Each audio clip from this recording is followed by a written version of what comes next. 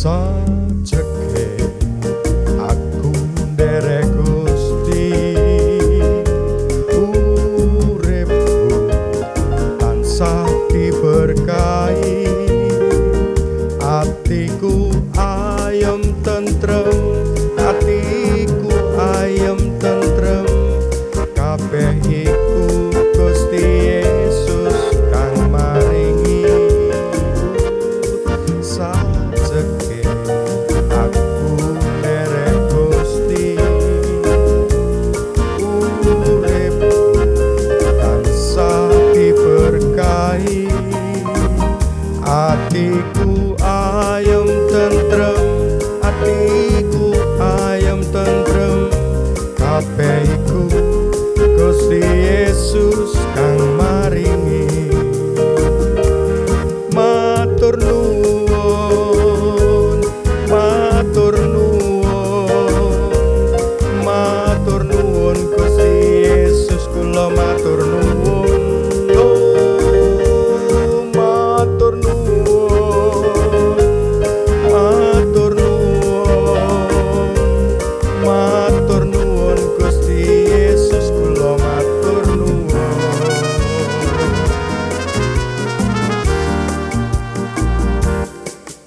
Sajeke aku nderek Gusti, uripku tansah diberkahi, atiku ayem tentrem, atiku ayem tentrem, kabeh iku Gusti Yesus kang maringi. Sajeke aku nderek Gusti, uripku tansah diberkahi, atiku ayem tentrem, atiku ayem tentrem, kabeh iku Gusti Yesus kang maringi. Matur nuwun, matur nuwun, matur nuwun Gusti Yesus, kula matur nuwun. Oh, matur nuwun, matur nuwun, matur nuwun Gusti Yesus, kula matur nuwun.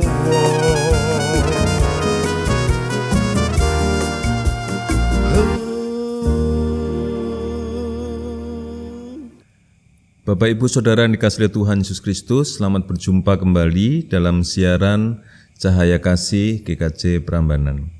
Hari ini Bapak Ibu yang dikasihi Tuhan, kita mau belajar dari Injil menurut Lukas 2 ayat 25 sampai 32.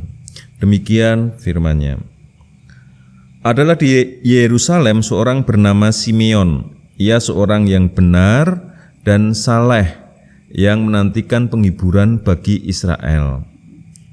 Roh Kudus ada di atasnya, dan kepadanya telah dinyatakan oleh Roh Kudus bahwa ia tidak akan mati sebelum ia melihat Mesias, yaitu Dia yang diurapi Tuhan. Ia datang ke Bait Allah oleh Roh Kudus ketika Yesus anak itu dibawa masuk oleh orang tuanya untuk melakukan kepadanya apa yang ditentukan hukum Taurat. Ia menyambut anak itu dan menantangnya sambil memuji Allah, katanya, "Sekarang Tuhan, biarlah hamba-Mu ini pergi dalam damai sejahtera sesuai dengan firman-Mu, sebab mataku telah melihat keselamatan yang daripada-Mu, yang telah Engkau sediakan di hadapan segala bangsa, yaitu terang yang menjadi penyataan bagi bangsa-bangsa lain dan menjadi kemuliaan bagi umat-Mu Israel." Berbahagialah kita yang mendengarkan firman Tuhan, merenungkannya, dan melakukan dalam kehidupan sehari-hari. Haleluya. Bapak Ibu yang dikasihi Tuhan Yesus Kristus, kalau kita memperhatikan cerita ini sebenarnya cerita habis Natal ya, bagaimana seorang Simeon bertemu dengan Tuhan Yesus Kristus dan kemudian dia sangat tenang, siap mati, siap menghadap Tuhan. Nah, peristiwa Simeon ini sebenarnya memberi pengantar bagi Injil Lukas yang kemudian menjelaskan kepada pembaca Injil Lukas bahwa benar Yesuslah yang dijanjikan dan akan menjadi Mesias bagi segala bangsa, gitu ya. Jadi ini semacam preambul, pembuka dan sekaligus pengantar yang memberi kewibawaan kepada Injil ini untuk kemudian menjelaskan siapa Yesus itu. Yang menarik juga, nama Simeon itu dalam bahasa Yunani juga bisa dimaknai sebagai tanda atau sinyal gitu ya, semacam sinyal bahwa inilah sinyalnya, inilah tandanya bahwa Sang Mesias sudah datang. Dan harusnya dengan melihat tanda ini saja orang menjadi tenang, sama seperti tokoh Simeon yang kemudian menjadi tenang, meninggalkan segala-galanya dan kemudian mengikut Tuhan, atau dalam tanda dengan pengertian yang lebih jelas dia siap mati gitu ya. Nah, ini yang menarik ya. Jadi kisah ini kemudian mencerahkan bagi kita semua seorang tokoh yang siap untuk mati, seorang tokoh yang siap untuk meninggalkan segala-galanya ya, meninggalkan dunia ini ya, karena dia melihat tanda bayi Yesus Kristus ya. Nah, Bapak Ibu yang dikasihi Tuhan Yesus Kristus, ini kemudian menjadi tantangan juga bagi kita ya. Karena dalam masa-masa ini kan banyak orang takut ya, takut mati gitu ya, takut kehilangan atau takut tidak mendapatkan itu sudah takut ya, apalagi kehilangan dari yang dimiliki menjadi tidak dimiliki ya, tentu ada kegelisahan gitu ya, ada ketakutan tertentu ya. Nah, ini juga kemudian menyadarkan kepada kita, cerita ini menginspirasi kepada kita keberhasilan seorang tokoh Simeon ini. Bagaimana dia hanya melihat tanda kecil ya yang dijanjikan oleh Tuhan, dan kemudian dia berhasil tidak takut, berhasil tidak gelisah, berhasil siap untuk mati kapanpun gitu. Nah, kalau ini bisa kita miliki, ini menjadi milik kita, saya rasa ini menjadi sesuatu yang menyenangkan juga ya. Bagaimana kita kemudian tidak takut mati, kemudian bagaimana kita tidak takut kehilangan, bagaimana kita tidak takut kehilangan jabatan, kehilangan harta, kehilangan keluarga, mungkin kehilangan apapun gitu ya dari dunia ini ya. Nah, tentu ini menjadi semacam bahan refleksi bagi kita bagaimana hal ini bisa juga kita miliki ya, sehingga hidup kita ini kemudian kita bisa kerjakan dengan lebih tenang, lebih nyaman ya, bahkan jauh lebih kreatif ya, lebih berani dalam menghadapi banyak hal ya. Nah, Bapak Ibu yang dikasihi Tuhan Yesus Kristus, ternyata kalau kita perhatikan dari bacaan ini, ternyata Simeon ini seorang yang benar, saleh, menantikan penghiburan bagi Israel ya. Dan Roh Kudus ada di atasnya. Jadi ini menarik ya. Jadi seorang tokoh Simeon ini sendiri kalau kita belajar, dia itu orang yang saleh, orang benar ya, yang menantikan penghiburan bukan bagi dirinya loh, tapi bagi Israel. Jadi bangsa Israel ya pada waktu itu ya. Jadi orang banyak, bukan pada dirinya sendiri. Jadi ini catatan yang penting ya. Jadi dia menantikan sebuah kesejahteraan bagi umat yang dia kenal ya, Israel ya, pada waktu itu ya. Walaupun kemudian ini bagi seluruh bangsa juga ya. Nah, ini sikap yang mungkin harus kita miliki ya. Jadi langkah pertama adalah kita paling tidak berusaha untuk berorientasi itu bukan pada diri sendiri, tapi sama seperti Simeon ini dia berorientasi untuk kesejahteraan atau situasi yang lebih baik bagi komunitasnya, bagi sesuatu yang lebih besar di luar dirinya, masyarakat. Bukan hanya masyarakat sekarang tapi masyarakat ke depan gitu ya. Ini juga yang menarik yang bisa kita lihat ya. Nah, ini juga menjadi tantangan ya bagi kita, apakah kita sejauh ini sudah mempunyai semacam pengharapan atau bahkan karya bagi kehidupan lingkungan masyarakat yang lebih luas, baik sekarang maupun masa depan gitu. Nah, kalau kita memiliki ini, ya kita bisa masuk dalam kriterianya si Simeon ini ya. Umpamanya ketika kita bertindak sesuatu, apakah kita berpengharapan kehidupan yang baik untuk masa depan gitu. Nah, ini sebuah catatan yang penting. Umpamanya kalau kita sembarangan pakai plastik saja kan kita nggak berorientasi ke masa depan gitu ya. Tidak menghargai masa depan. Tapi Simeon ini tidak seperti itu ya. Dia menantikan penghiburan bagi Israel. Jadi dia mengharapkan sesuatu yang sukacita di masa depan bagi komunitasnya, gitu, bagi anak cucunya. Gitu. Jadi ini sikap mental yang menurut saya yang pantas kita miliki ya. Tetapi justru pengharapan Simeon ini menjadikan dia gelisah karena dia menanti-nantikan terus kan. Jadi pengharapannya Simeon ini menjadikan dia gelisah, dia tidak tenang, gitu. Dia nggak mau mati, gitu. Jadi dia tidak akan mati sebelum melihat itu, gitu.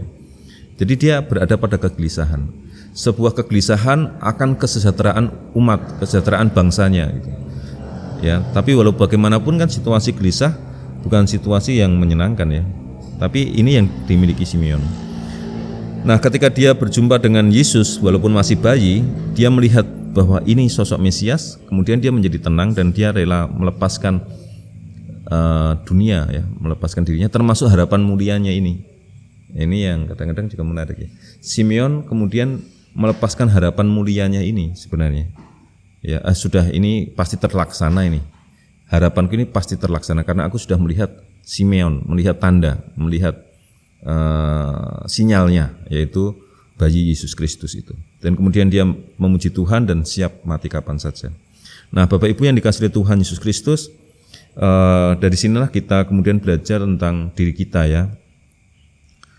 Sejauh mana kita kemudian satu berpengharapan baik bagi komunitas kita, dan seberapa jauh juga kita melihat Simeon ini, melihat tanda, melihat sinyal penyelamatan dari Tuhan, melihat sinyal kemesiasan Yesus ini ya. Nah, kalau kita berhasil pada titik ini, nah kita pun nanti yang saya katakan di depan, ketakutan akan kematian, ketakutan akan kehilangan, tiba-tiba menjadi hilang gitu ya. Nah, ini yang kemudian menarik. Nah, ini menjadi bahan refleksi bagi kita, sejauh mana sih kita bisa melihat tanda-tanda dari Tuhan Yesus Kristus ya, yang kemudian bisa membuat kita tenang menghadapi kehidupan ini dan masa depan kita dan masa depan semuanya, sehingga kita rela melepaskan harapan-harapan kita, melepaskan kegelisahan-kegelisahan kita. Nah, Bapak Ibu yang dikasihi Tuhan, ada satu kunci dari bacaan ini yaitu bahwa Roh Kudus ada di atasnya. Rupanya Simeon ini dituntun oleh Roh Kudus ya. Akhirnya dia dapat melihat tanda kemesiasan Yesus. Nah, ini yang penting bagi kita ya. Karena banyak orang Kristen melihat Yesus tidak mengandalkan Roh Kudus gitu ya. Jadi dia melihat Yesus dalam terminologi pemikiran logis dia, atau bahkan tanpa berpikir gitu ya. Jadi melihat Yesus dengan dogma, melihat Yesus dengan kepercayaan, melihat Yesus dengan ajaran gitu ya. Tapi Simeon enggak nih. Simeon melihatnya karena ada penyertaan Roh Kudus. Jadi dia melihat tanda Yesus Kristus karena disertai Roh Kudus. Dia memaknai bayi Yesus Kristus itu dalam penyertaan Roh Kudus ya. Dan ini menjadi kunci utama, kunci yang sangat kuat yang kemudian penting bagi proses perjalanan Simeon selanjutnya. Secara praktis apa yang bisa kita lihat, kita dapatkan dari hal ini? Yang bisa kita dapatkan adalah bahwa ketika kita mempunyai kecemasan, kegelisahan atau kekhawatiran akan kehilangan sesuatu, bahkan kehilangan hidup kita sendiri, kita harus hati-hati nih. Yang pertama, mungkin kita terlalu berorientasi pada diri kita sendiri. Kita tidak seperti Simeon. Atau kalaupun kita sudah berhasil meningkat pada tahap Simeon, ketika dia tidak berorientasi pada dirinya sendiri, tapi dia berorientasi pada kesejahteraan orang banyak dan masih ada kegelisahan di sana, mungkin kita tidak berhasil melihat tanda-tanda yang Tuhan berikan pada diri kita. Ya, dan itu artinya kita membutuhkan penyertaan Roh Kudus. Secara sederhananya, Bapak Ibu, Saudara yang dikasihi Tuhan, marilah bersama-sama kita berani menghadapi kehidupan ini dan dengan sejenak memperhatikan tanda-tanda yang diberikan Tuhan tentang kemesiasan Yesus Kristus, karya-karya mesianik ya yang dilakukan Yesus Kristus itu sedemikian rupa dalam penyertaan Roh Kudus sehingga kegelisahan-kegelisahan kita menjadi sirna dan kita masuk dalam semacam kesadaran baru, sebuah kesadaran yang jauh dari kekhawatiran-kekhawatiran itu. Nah, pada titik ini kita belajar lagi, mohon penyertaan Roh Kudus memampukan kita melihat tanda-tanda Yesus Kristus dalam kehidupan kita sehari-hari, dalam pandangan kita, dalam indera kita, mungkin dalam pengetahuan kita, yang memampukan kita kemudian berani menghadapi kegelisahan kehidupan kita dan mengubahnya menjadi ketenangan yang begitu dalam, kerelaan yang begitu dalam. Akhirnya damai yang didapatkan Simeon mungkin juga akan segera kita dapatkan. Kiranya Bapak Ibu Saudara sekalian dalam menjalani kehidupan selanjutnya dipenuhi oleh damai Tuhan. Tuhan memberkati. Mari kita berdoa. Ya Tuhan, curahkanlah Roh Kudus-Mu dalam diri kami, supaya kami dapat melihat tanda-tanda yang telah Engkau berikan kepada kami, dan dengan tanda-tanda yang dari Engkau, kegelisahan, kekhawatiran, ketakutan kami menjadi sirna, dan digantikan oleh damai sejahtera karena kami sudah melihat masa depan kami baik, hidup kami baik, dan Tuhan menyertai kami. Terima kasih Tuhan, kami berserah kepadamu, dalam nama Tuhan Yesus Kristus kami panjatkan doa-doa kami. Kasih kami kepadamu Tuhan. Haleluya, amin. Tuhan memberkati.